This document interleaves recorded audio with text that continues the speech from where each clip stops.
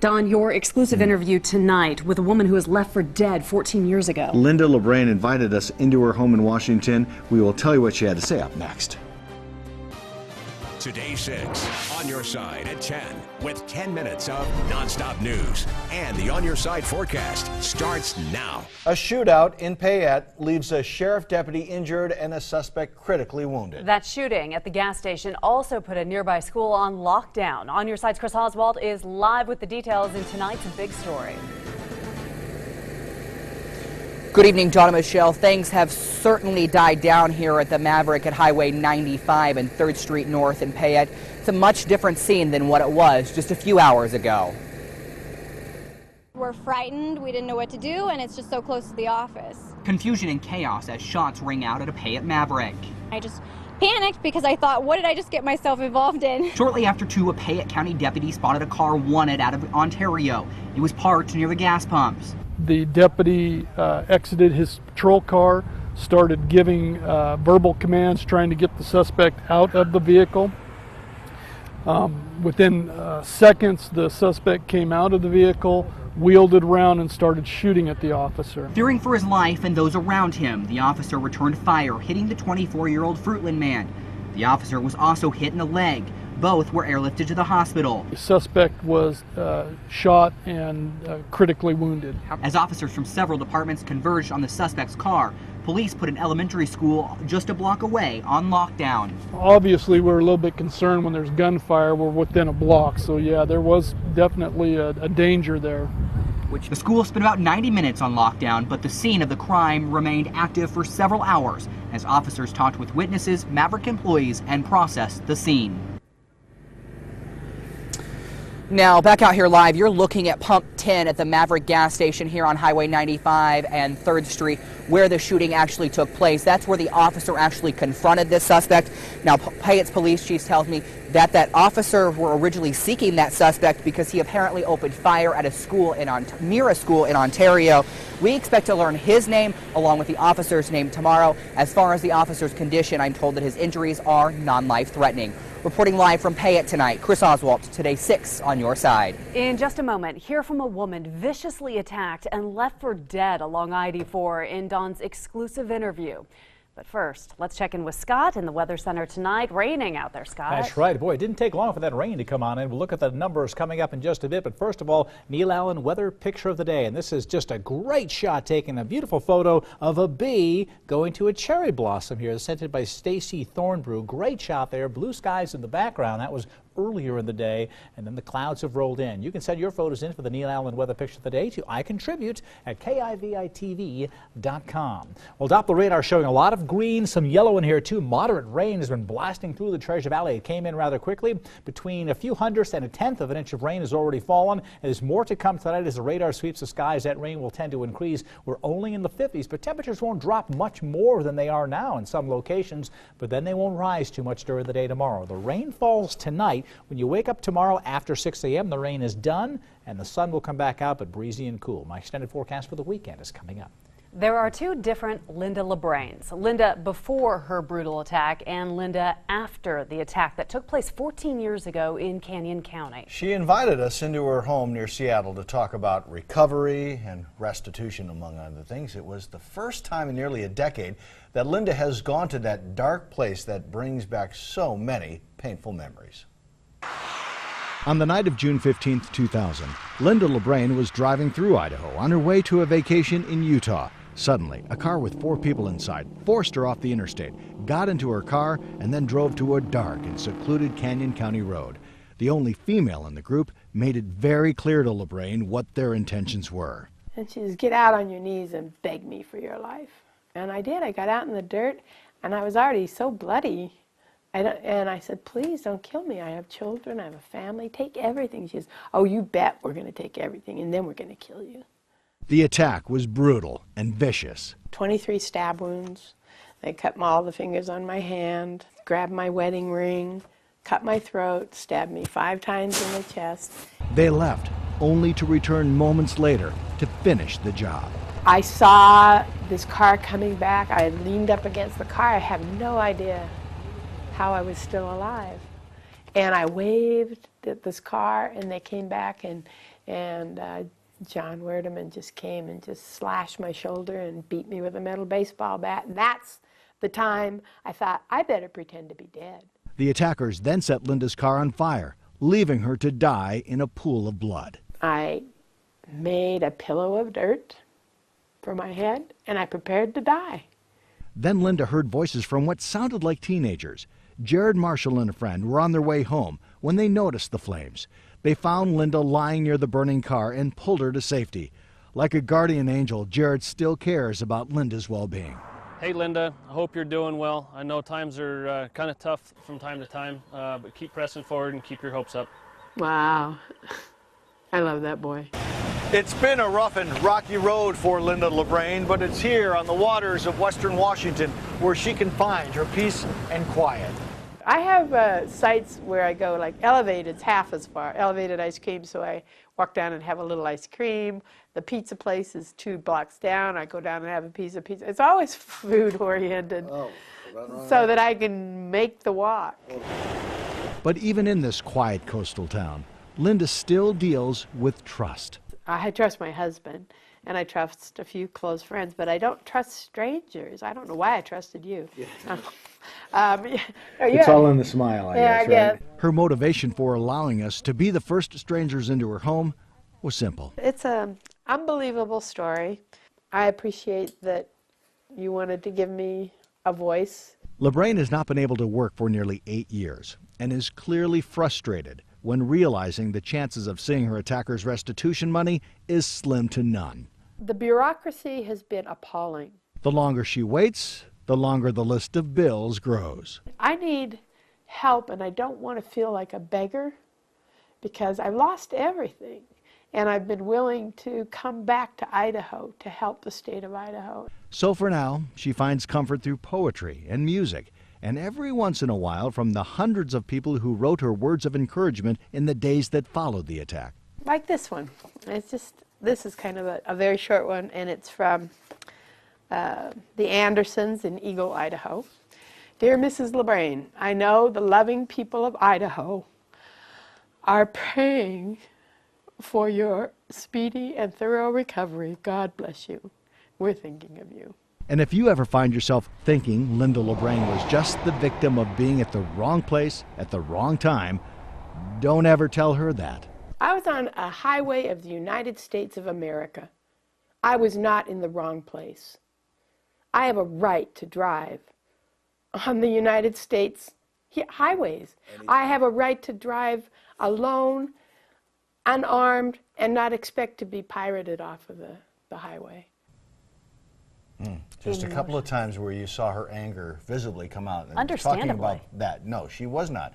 She won't accept that the wrong place at the wrong time scenario. And of course the restitution money is another time where she got very angry. Well, and I mean, 14 years seems maybe in some people's mind like a long time, but her physical injuries, Dawn, I mean, is she still suffering her fingers? We can talk all night about the mental issues, you Sure, know, about the trust and not trusting us actually going up there. But the moment we met her and shaking her hand, you could tell the strength wasn't in her hand. And she loves to play the violin. She can no longer really play the violin. We asked her to play. I wanted her to play. She goes, no, I can't. I said, oh, come on. She goes, no. Okay, now that she does trust you, after 14 years, it's your duty to tell us what happens with restitution. Restitution, we'll stay on top of that story. Absolutely. Excellent story. Yeah. The coach of a suspended PAL football team in Nampa wants to argue his case, but he says league officials won't return his calls. The league postponed a scheduled meeting with Beavers head coach John Evans yesterday to discuss the alleged violations. Those allegations include the use of racial slurs, physically dangerous coaching activities, and the use of an ineligible player. Evans says he never got a chance to respond, and the meeting was canceled. No explanation why. Just said it was postponed. What do you think? I'm thinking that at this point in time, they've gotten quite a few emails, quite a few phone calls from parents that support the program, from parents that have children that play, that want their kids to be able to finish. On Your Side received a call today from a parent of a player on the TCU team involved in the controversial game, and he said he's seen firsthand evidence of the allegations against Evans, but wouldn't go on camera because of the racial aspects surrounding the controversy. Another viewer wrote on her Facebook page, "Kids put hard work and dedication into what they enjoy. What a sad story and shame on whoever has a problem with them winning and trying to stop that." Tell us what you think. Head to our Facebook page or Twitter at Idaho on Your Side. A retired Marine is back home in Boise tonight after the Heroes Project postponed its climb to the top of Mount Everest. Karen Lair talked with him and joins us live in studio with his story. Michelle, Charlie returned to Boise last week after spending 6 weeks in Nepal getting ready to climb the highest peak in the world. And although their plans changed after that deadly avalanche, Linville says he's determined to one day stand on the top of Mount Everest. Being there for the single worst day in Mount Everest history was an experience, something that nobody would have on the radar as an expedition ender.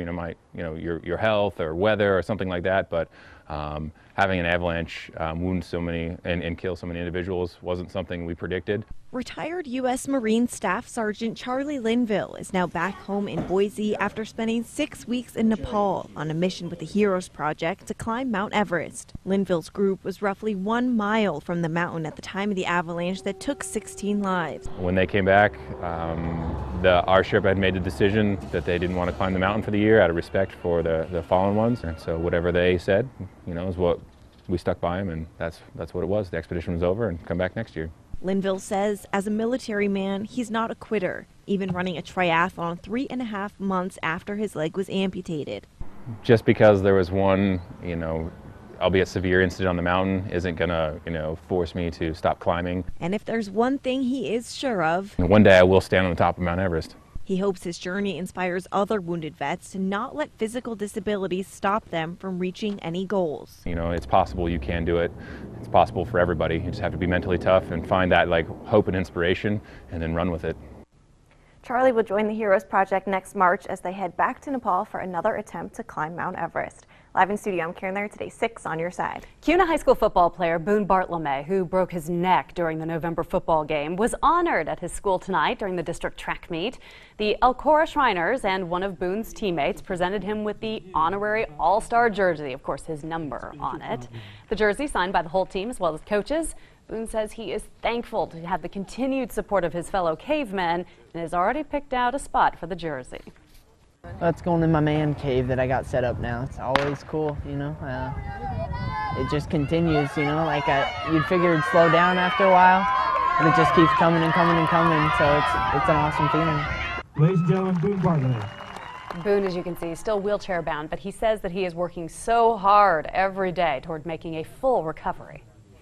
The Boise Police Department went undercover today on bicycles. The effort was part of Bike Safety Month. The aim was to remind drivers to give cyclists 3 feet of space as required by law. Police in plain clothes focused on 15th Street in Boise. Bicycle officers notified their partners on motorcycles whenever a motorist followed their bikes too closely or drove in bike lanes. They also looked out for cyclists who weren't riding in those bike lanes. Well, with the number of vehicle and bicycle collisions we've had over the past few years, it's important that everyone pays attention, both vehicles and cyclists, to the laws that we have so we can avoid the collisions in the future. And part of it is education, some of it's enforcement action, as you saw here today. One person received a citation for violating the 3 feet to pass law. It is a $90 fine for following too closely behind a bike. Coming up after the break, we'll head to the Weather Center for Scott's Complete On Your Side forecast. And still ahead, the NFL draft is upon us. Will former Bronco Joe Southwick become the next Boise State quarterback to go pro? Don Nelson, Michelle Edmonds, Chief Meteorologist Scott Dorval, Sports with Paul Gerke. This is Today 6 On Your Side at 10. Now the On Your Side forecast with Chief Meteorologist Scott Dorval. Yes, it's back to school. Star Elementary today. The second graders, boy, we had a great time discussing weather today. They were excited about talking about all different aspects of weather. That's severe weather, winter, summer. We talked about thermometers and barometers and pulled out the old weather balloon. They certainly enjoyed this here. We made the barometers, the home barometers for their classroom. And what was interesting is they have a unique way of learning about weather through song. Yes, it does. Water travels in a cycle, yes, it does.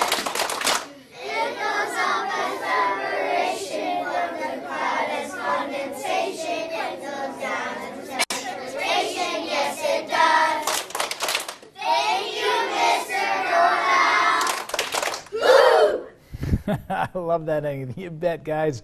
Hello to everybody at Star Elementary. Had a great time there talking to the second graders. All right, we talked about water, and yeah, we had lots of water coming in tonight. First of all, the 3-degree guarantee. I said before the rain came in, we would get to close to 70. I said 69 degrees. That's exactly where we hit today, so warmed up nicely. But boy, the cloud cover came in right on schedule about 3 o'clock this afternoon, becoming mostly cloudy. And then this evening, rain showers coming in, 6:30 or so in the Western Valley, 8 o'clock at Boise, right on schedule. And boy, some heavy showers have been coming in. 1/1300ths of an inch fallen already in Ontario, about 400ths at the airport in Boise. Some of the heavier waves pushing to the east. Downtown Boise about to get those heavy downpours, getting in at West Boise now. Downtown here shortly, and more rain showers continue to move in. A soaking rain likely tonight, maybe a 1/4 inch in parts of the Treasure Valley. That's likely. All this moisture will continue to sweep on through. This cold front will come through during the morning, then partly cloudy skies tomorrow. But this low right here is a chilly one, and that'll keep a chance for showers coming in Friday night into Saturday, off and on Saturday, but there will be sunshine as well mixed during the day. Saturday, tomorrow partly cloudy,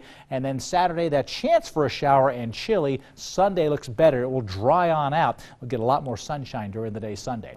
Treasure Valley forecast in the low 60s tomorrow. The rain tonight, maybe a 1/4 inch. Sun, clouds, breezy and chilly tomorrow with highs in the low 60s. The West Central Mountains in the 40s. Boise County in the 50s. Scattered showers with some snow showers in the higher elevations. The showers will linger in the mountains during the day tomorrow. Stanley and Sun Valley off and on showers, otherwise very chilly in the 40s and 50s. The Magic Valley tomorrow, chilly with showers up to about 9 o'clock in the morning, only 59, and then windy in Twin Falls. Some chilly weather indeed. My On Your Side extended forecast looks like this. After a cool weekend, the coolest day Saturday. Sunday not bad in the 60s. Frost Sunday and Monday morning, but then beautiful weather near 80 Wednesday and Thursday. Now that is nice. Yeah.